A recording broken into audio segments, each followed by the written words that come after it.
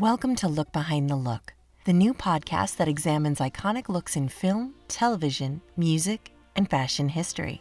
I'm your host, Tiffany Bartok. Hello, and welcome to Look Behind the Look. I'm Tiffany Bartok. I'm still Tiffany Bartok, yes. And today's episode is with the amazing makeup artist, Linda Dowds. So Linda Dowds is Jessica Chastain's personal makeup artist. And while they've done 16 projects and counting together, we're today going to focus on The Eyes of Tammy Faye. Yes, I'm officially obsessed. Obsessed with this film, obsessed with the work on it, and so happy to see that the team is getting all the accolades that they're getting. Lots of award buzz about this film, which is why we're talking about it twice now. You might remember that my conversation with Justin Raleigh of Fractured Effects aired in episode 8, and that you can check out after you listen to this episode if you want even more. There we go in depth about his work on the film in the hair and makeup department, which was prosthetics and special effects. But what Linda and I talk about is the makeup look. So the makeup. We talk about how she came to the project and how it came to fruition and the development of the looks and how everybody worked together to make this magic happen. And of course, I can never resist an origin story. So we do go into how Linda found herself in this fabulous career. And I hope you enjoy this episode.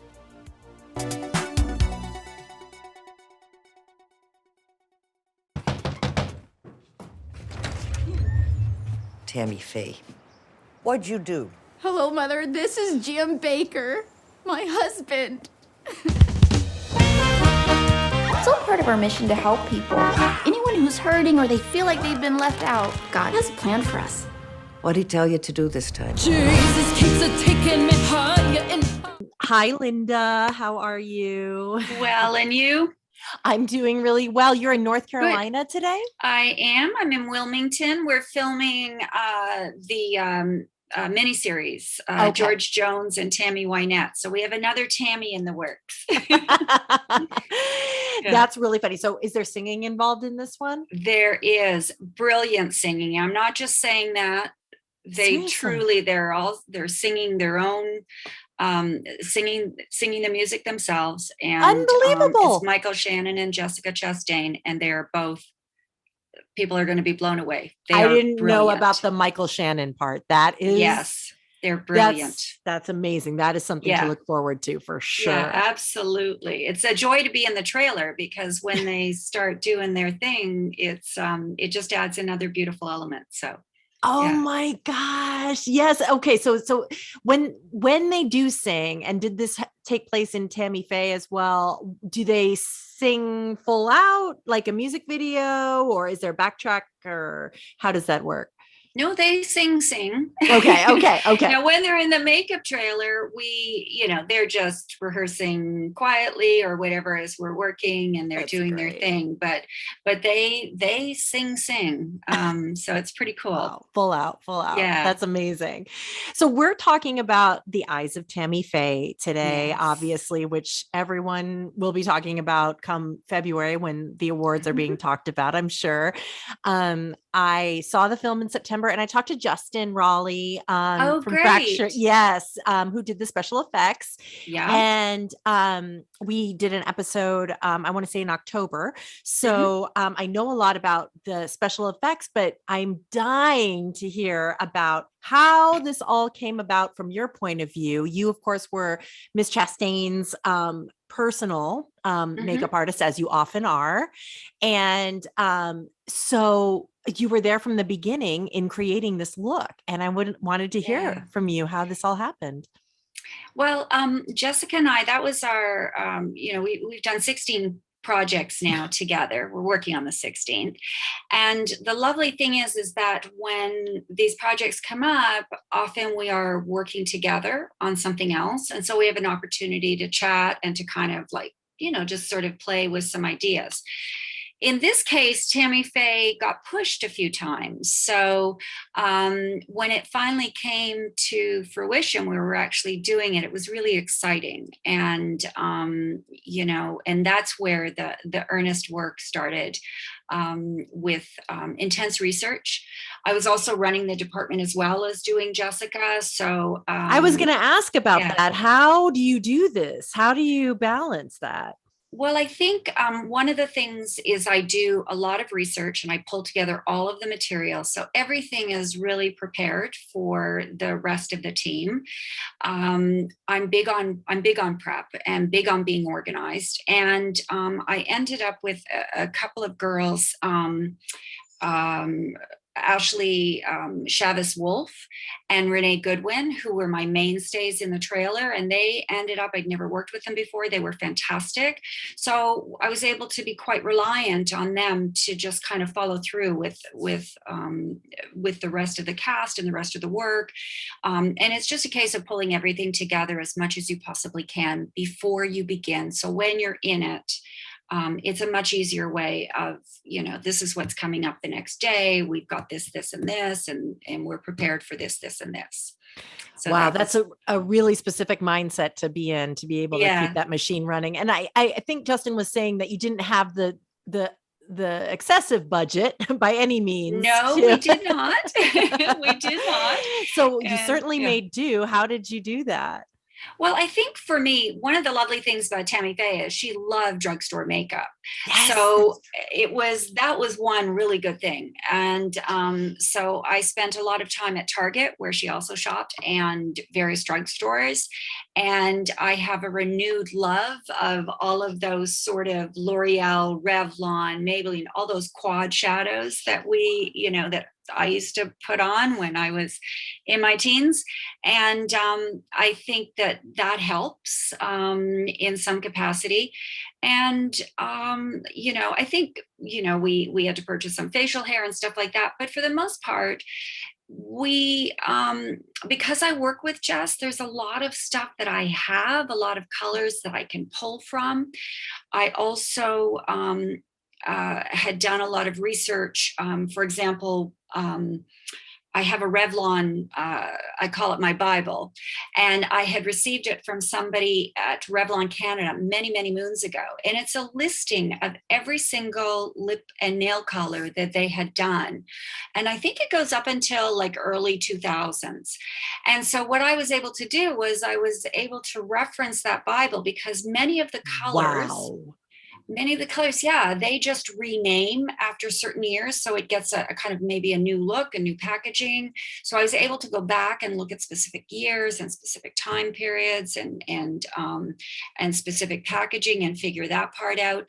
And then some of the colors have maintained, they've stayed staple in their line. And some of those colors applied. So I had a lot of assistance that way in picking and choosing those drugstore brands and figuring out which colors and which looks to go for. Wow. That sounds like an amazing nerd fest. That just sounds It is. I kind of love it. I'm so happy I have it. And I've used it on so many period pieces. Wow. And yes. and I feel very fortunate. And I was recently, I grew up with Toast of New York from Revlon, and I was recently feeling nostalgic and wanted to get it for myself for Christmas, and noticed that it was not the same color.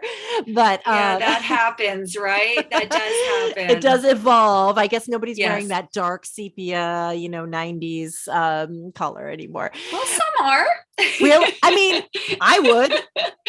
Please sign me up. Sign me up. Sign me up. Never say never. Never say never. Absolutely. Especially when it comes to Toast of New York. Yes, exactly. I loved how you just really had the balance and didn't go too far and didn't make the makeup the star, even though me looking at it, I'm like, this is just phenomenal, of course. But it wasn't that laughable, like mascara running down the face the whole time. It was really reserved and well done. And it helped us to take Tammy seriously, So how did you know that too far was too far, or how did you work with that balance? Thank you, first of all, for acknowledging that, because it was a really important component, and probably the most, sort of significant goal was to reach the line, but never to cross over. Yeah. And many people do know Tammy Faye only through the references of those late night comedy sketch shows, the mascara running down the face. And I can honestly say in all my research, and I watched the Christian Broadcast Network episodes. I watched a lot of the Praise the Lord episodes and all of the interviews she did on Nightline, her interviews with Larry King. And even through the documentary, I learned so much about her, The Eyes of Tammy Faye. And I think it became really a singular focus was to really to honor her. And, I learned so much about her that I didn't know. And we all felt a kind of a protective feeling around her. And for me, I just kind of fell in love with Tammy. Had so much empathy for people. She loved people, and she loved unconditionally. And I just felt that we had to honor and respect that in her. Okay, do you want a little remover? Oh no. That's it. That'd be all. They're permanently lined. Oh. And my eyes are permanently lined and my eyebrows are permanently on, so there's not a whole lot you can do. My goodness, I didn't know. Have you never done pictures without those eyelashes? Nope, and I never will, because that's my trademark. And, if I take that away, then it's not me. And no one's gonna wanna look at me without my trademark, so I hold on to that. Even if we soften them up and kept... No, you can do anything you want.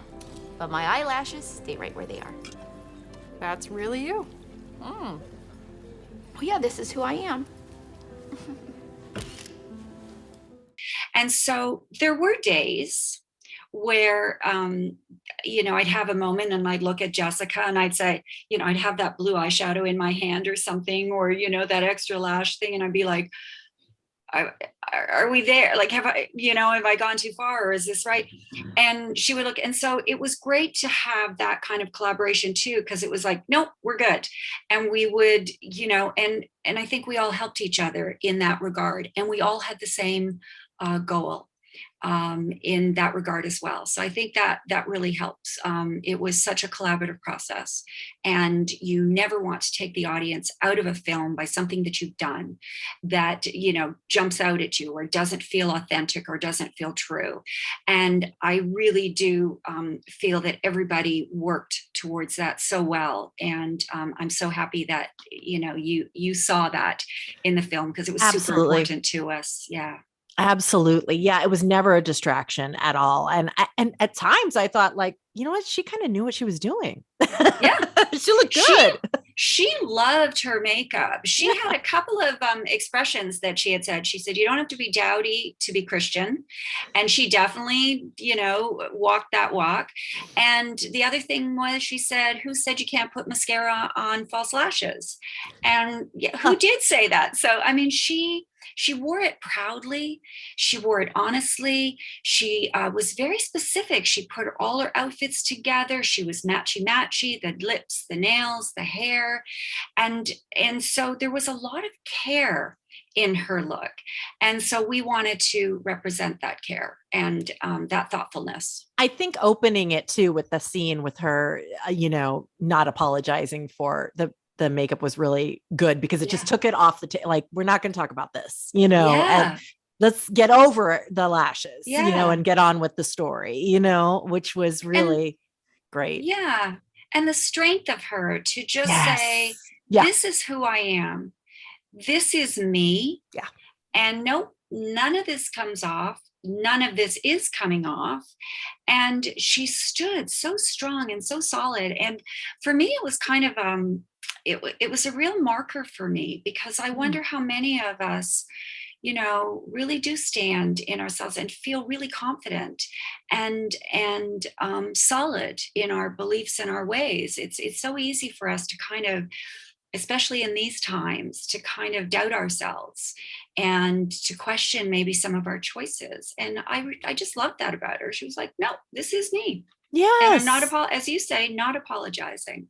Yes, that was wonderful. I don't hear a lot about. I've read so much press about the film, and uh I never really see a lot about Michael Showalter. He sort of like is the Mhm. quiet, director who's not usually, the director's like, yes, yes, yes, me. But he's been so quiet about it. What was it like to work with him? I thought he did such a masterful job. I think so too. And Michael is, I just adored him. It was my first time working with him, and and I do love his work. I have great respect for him, and he really is just, he's such a lovely man. He really is, and his enthusiasm for the work, um like, and his love of the work was visible every single day. It's an incredible process of not knowing if you're going to get there. And then when you see it, you're like, oh my God, there you are. We did it, And so they've done an unbelievable job. I called him our fearless leader. He supported every single one of us, and I hope he feels we did the same for him. And I know I really feel he's not getting the recognition maybe that he deserves. I agree. Because I do think he was it's a big story. And to condense it all and to tell it as beautifully as I think he did, I think deserves more kudos. So I'm so happy you brought that up. I agree too, because it just, when I even found out that he was directing, knowing his background in comedy and like really over the top comedy, I was like, oh no, and then I started to see pictures of how convincing Jessica looked. And I was like, oh, wait a minute. And then when I saw it, I was like, I've said it before on the show. I was a wreck after watching this movie. I ran home and it affected me so emotionally. And of course I watched the documentary again and watched all the clips, and the work that he did and what everyone did was so, it's funny to say subtle, but it's just the first word that comes to mind, because it just could have gone so wrong and did not. And it was really wonderful. And to see these things about Jim, that I never thought of. I had heard rumors that maybe he was questioning his sexuality and things like that. But to really see that struggle was, you just felt sorry for everybody, which I never expected. I agree. And I think when I was growing up and, remember a lot of that stuff as it was happening, the salacious details are always the things that come into play. And I think I was as guilty as everybody else. I lumped them together. And they are these two separate beings, right? And they hurt in their own ways. And I think Andrew Garfield also did a beautiful job. Agree. Of, that's a hard line to walk as well. To not, to not condemn, and to show another side, and to kind of present it, as honestly as we possibly could. And I think that is for me, always when I'm watching a film that's character driven, there has to be redemption for me in those characters. Absolutely. If there isn't, I'm lost without that, and it doesn't mean the same to me. And I think that was one of the things that the performances of all of our cast, Jessica, Andrew, Michael, Vincent D'Onofrio, Cherry Jones, I think we saw that, and Michael was able to keep that line and to keep it, just keep it true. And what a challenge!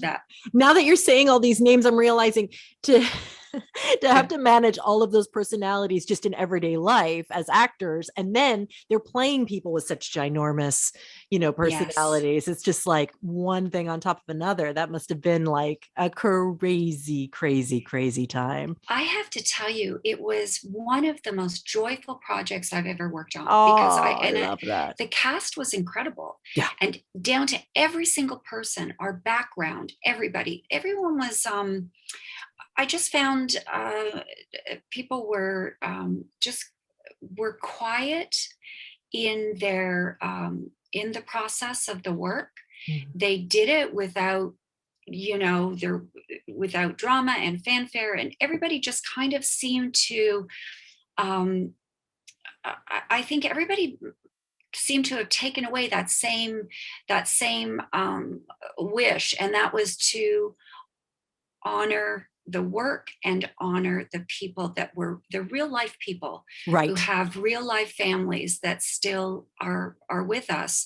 And some of our people like Steve Peters is still with us. And I think there was just a general quiet understanding across the board, and everybody was just, honestly, it was a wonderful project. I'm super proud of how it turned out for everybody. And I genuinely mean that, interview aside. Yeah. No, I believe Yeah. you. And of course, it's very important work. It's very important work. And how did you all work together? What was that like in the trailer? Was it madness? Was it calm? Was it organized? Because you have special effects, you have hair, and you have color, makeup applications. We had, So we were, prosthetics had their own trailer. Okay. And then the rest of us, there were 2 other hair in the department with Stephanie Ingram, who also does Jessica, and then also ran her department, and myself and my 2 peeps. And how we ended up, we started a little differently once we were a couple of weeks in, and how we ended up doing it was that using all those drugstore quads and things like that, there's a lot of, no matter how hard you try, things flake, things come down onto the cheek. And we found that if the pieces were put on first in the morning, that, we ran a greater risk of some of that, the prosthetics. Yes. Okay. So if the prosthetic pieces were put on first, without any, without coming to me first for the shadow and those different elements, that we ran a risk of compromising the pieces. And it's much more difficult to get anything off of a prosthetic piece. It's not like a regular, just taking a remover. And so what we decided to do, which worked out quite beautifully, was I would come in with prosthetics in the morning. I would do, the nice little skin things with Jess or anything that she needed that way. And then I would apply the bulk of the eye makeup in terms of the shadows and put that on. Then the boys would continue, and they would get her all done up that way. And then she would step into our trailer, and Stephanie and I always work together. We have a dance that we do, and we're able to work around the chair really well together. And then we would finish Jessica, and then she would go put her costume on. And the very last thing we did was put on those lovely press-on nails. And hope for the best, because those they can pop off at inopportune moments. But that was the last thing. We just pressed those babies on, and off she went. And and she was Tammy. Oh, that's wonderful. Does she? This might be a secret, but does she begin getting in character in the chair, or is she Jessica in the chair? No, I think there's a measure of both, in that, it's an opportunity, especially for the long process of prosthetics that's happening. Right. It was an opportunity, I think, for all the cast to, work on dialect, to watch, if we're, for example, a real life event that we were simulating in the movie that we wanted to represent. It was great because they could go back, as we did, and take a look at that footage while the makeup process was happening, and just sort of digest that a little more or whatever. So because those iconic moments, those real stories, we also wanted to make sure that we got as close and as authentic as possible to those as well. So I think there's a lot of work that happens in there, but there's also, they're real people. And so we got that side of them as well, which is, it was, I think, a nice balance for everybody. Wonderful. Wonderful. I always like to ask your origin story. Do you mind sharing it with me? Of course, I know I didn't segue very much, but I'm dying to know how you got into this business and how you met Jessica and how your road was traveled. Well, the short version is I grew up in Toronto, and there was a point where I had a bunch of different jobs. And a friend of mine was filming a live show at a studio, and I'd gone out there and I started talking to the makeup people. One thing led to another. I took a course, and it wasn't an expensive course. It was cheap and cheerful. And I met somebody who ran the makeup and hair department at the opera company. And I started working there. And while I was training there, which was amazing training, I studied with some people that worked at TV stations, took private classes with them, and then started adding in some TV shifts there. And then I really wanted to work in film. So I got in the permit list on a couple of the unions, and took some training with some people there, and then got in that way. And from there, eventually I ended up on a project called Mama with Andy Michetti directing, and Jessica was our leading lady on that. And it was a smaller budgeted project. Jess had, I think it was 5 films that were about to come out. But up until that point, she was, in a position where, and production was in a position where somebody local like myself was able to get a kick at the can. And I had worked with the line producer on a few projects before and known him for a long time. So, and I met with Andy, and then ultimately with Jessica. And that kind of began, that's where we started. And I had put in the works for my, because I'd done work with Woody Harrelson and Greg Kinnear. I was working on my immigration for my green card for the US at the point I met Jessica. So what that allowed for was eventually when that came through. Yes, I know. It was a little universal Yes, synchronicity. absolutely. Yeah, and so it was great, and she came back to Toronto again, and it kind of solidified things. And I feel incredibly fortunate, because loyalty can be tough in any industry, but it's particularly tough in ours to find.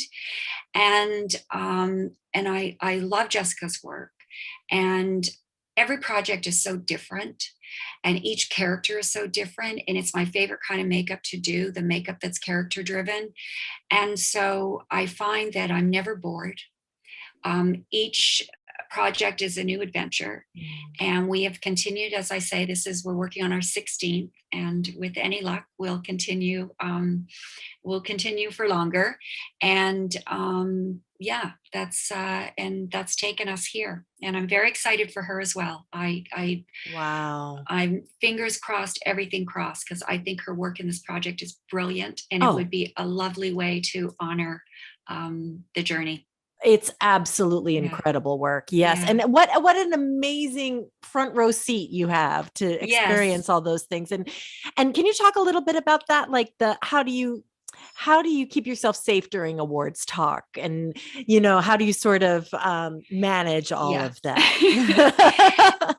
I'm not going to lie. It's I've never been somebody who, I don't toot my own horn. I find it difficult to, my Scottish roots don't allow me to be overly effervescent about myself. And so this is definitely new territory. I'm also not on social media. And the minute we started to see some stuff happening, Jessica was like, well, you have to be on Instagram at least. And she put it on my phone for me. That's so cute. Yeah. And she got me hooked up, and I'm learning, and I'm still learning. I'm a bit terrified of it, but I'm finding my way. And I think for me, the biggest thing is that a lot of people are incredibly enthusiastic and have lots of lovely things to say. And for me, I temper it as best I can, because I know we're still a long way off. And there's still some really key milestones coming. Thankfully, just last night, we hit one of those markers, being shortlisted for the Academy, the top 10. But there's more to come with that. And so for me, I try and kind of stay present and still, and at the same time, have leaps of joy. Yes. And in those things that all of a sudden seem so real. And last night, for example, was one of those, the Critics' Choice Awards. It's, you won this. No, the Critics' Choice Awards are coming up January 9th. So we got nominated for that. That's right. And so these are all these are all big deals for me. Yeah. And I know it sounds cliche, but being in it and being a part of this at this stage, and this stage of my career is it's really special. And I'm just sucking it up without going too crazy. Yeah. And it's probably, you're in the service industry, you're in the, an industry that's about other people and lifting other people up. So it's, you can kind of keep yourself safe because you can just transfer all this to rooting for Jessica's Oscar. Which is so true. And it is so true. And I'm really good at deflecting. Like somebody will say something to me and I go, yeah, no, it's great. It's really good. But it's a ways away. And isn't Jessica I can't wait. I really hope she wins. And yeah. It is and I genuinely mean it, but yes, I'm. No, I know. It's really funny. You guys are really funny because you work so hard and you're constantly working and you're constantly in it. So you don't have a lot of time to reflect and see oh my gosh, people are talking about me getting an Oscar, I mean, when I mentioned it, it was soon after it came out. I think I interviewed Justin the day after I saw it. So, and I said, I think you were going to get nominated for this. He was like, oh yeah, no, I don't know about that. And I'm like, here we are. So yeah, I know. The it's work, special all the way around. People are seeing the quality of your work and just celebrating it. And I mean, it's all that anybody talks about in my circles is your incredible work. So amazing. Thank you so much for that. I am rooting for you. And thank you. Lastly, Linda, I wanted to ask if we have a lot of craftsmen listening to the podcast, and if you had any advice for being on set and especially from your point of view about being a personal and a crew member. I mean, the personals are the crew, right? But yes. how do let's say you're talking to somebody who is on the makeup team who's not a personal, and how would they work with a personal? What's some advice that you have? I think, for me, I really believe there's a preconception in some areas when people are bringing in personals, there's a bit of production rivalry is concerned because there's they're worried that we're going to ask for the moon and the stars. Other crew might be, wondering, are they going to be diva-ish or, and for me, I think it's all in, you treat people with the same respect that you wish to receive. And I go into it, I am part of a team. And I think everybody on the crew is part of a team. And I'm not I happen to be fortunate enough to have been invited by an actor, who I adore. And we get to work in these great places with new crews in different countries with new crews. And I come in and I hope that I just present as they are, a member of the crew who wants to do a good job, who will support in any way I can. I always offer to be of help. And I find that the reverse is also true, that there's enough people around that are willing to help you. And I think that's the key is to just remember, you're also stepping into, particularly if you're going into another country, you're stepping into a different world. There might be sometimes language barriers and different things. And I think you just have to find a way to make those extra efforts, to make sure that you are being as inclusive as possible. And so, yeah. I love that. I love that. Yes. I mean, it's such simple advice. Yeah, I know. It's easy to forget. And then, when people get nervous around each other, they just shut down, and then it turns into miscommunication of being cold, True. And I warmth think always also wins. that's so true. But I think also, I'd say we work in a fear-based industry. True. There's so much of that. Everybody's worried all the time about something. Every department has its share of worries, pressures. There's time constraints, there's budget constraints, there's you're freelance, so there's those worries. Am I going to work again, or are they going to like me on this project? Am I going to get fired? Or everybody's got so many fears when they step into an environment like this, and we are thrown together so quickly.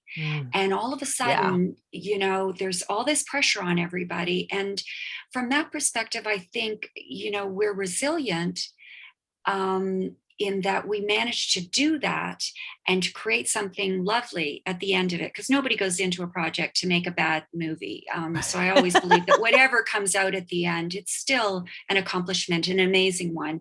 But I think that fear-based element sometimes is what creates those misunderstandings, because people maybe respond or react in a way that they normally wouldn't, because they're having a moment.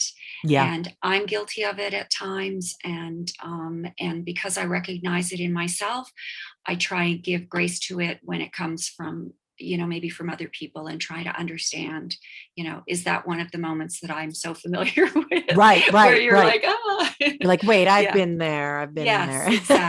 Exactly. So true. Oh, Linda, it's so lovely to talk to you and hear some of these amazing stories. And I'm really rooting for you with all my heart. Thank you so much. It means so much. And I'm so happy we got to do this and Me to meet too. you. And Me it's too. great. We'll Thank talk you. again on the next one. And I hope so. Until then. Thanks for listening, you guys. I hope you enjoyed listening to that episode with Linda. I think her work is incredible in this film, and if you haven't seen it, I think you're crazy, and so you need to just sit down and watch it right now. It's on Amazon. Go do it. If you want to know more about the Eyes of Tammy Faye and the makeup looks, you can go to episode 8 to hear how Justin Raleigh applied the prosthetics and developed the special effects that also helped to make this look so unforgettable and incredible. So next week, we are talking to I always say we. I'm talking to Kim Baker. You guys are listening. You're not there. I think you are sometimes, though. We're talking to Kim Baker, and she's going to talk to us about her makeup line, Glamazon, which is so great. The colors are incredible. They're so powerful. The pigments are insane.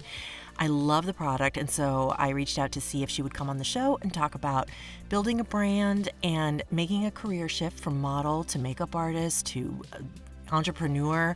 She's going to tell me all about it, and she really is giving us some real talk. So you're really going to appreciate what she has to say, and I can't wait for you to hear the conversation next week. Until then, thanks for all the support, likes and shares, and all that good stuff, and I will see you next week. Look Behind the Look is a Vinyl Foot production, written by me, your host, Tiffany Bartok, produced by Jace Bartok, edited by Nicole Tucker, with art design by Kelly Riley. If you're interested in learning more, find our video version on the YouTube channel Look Behind the Look podcast. There you can see rare photos and clips from our guests. And please follow us on Twitter at LookBehindPod and Instagram at LookBehindTheLook. If you like the show, please rate, review, and subscribe. And tell your friends and spread the word. You can subscribe to us on iTunes or any podcatcher of your choice. Thanks for listening to Look Behind the Look.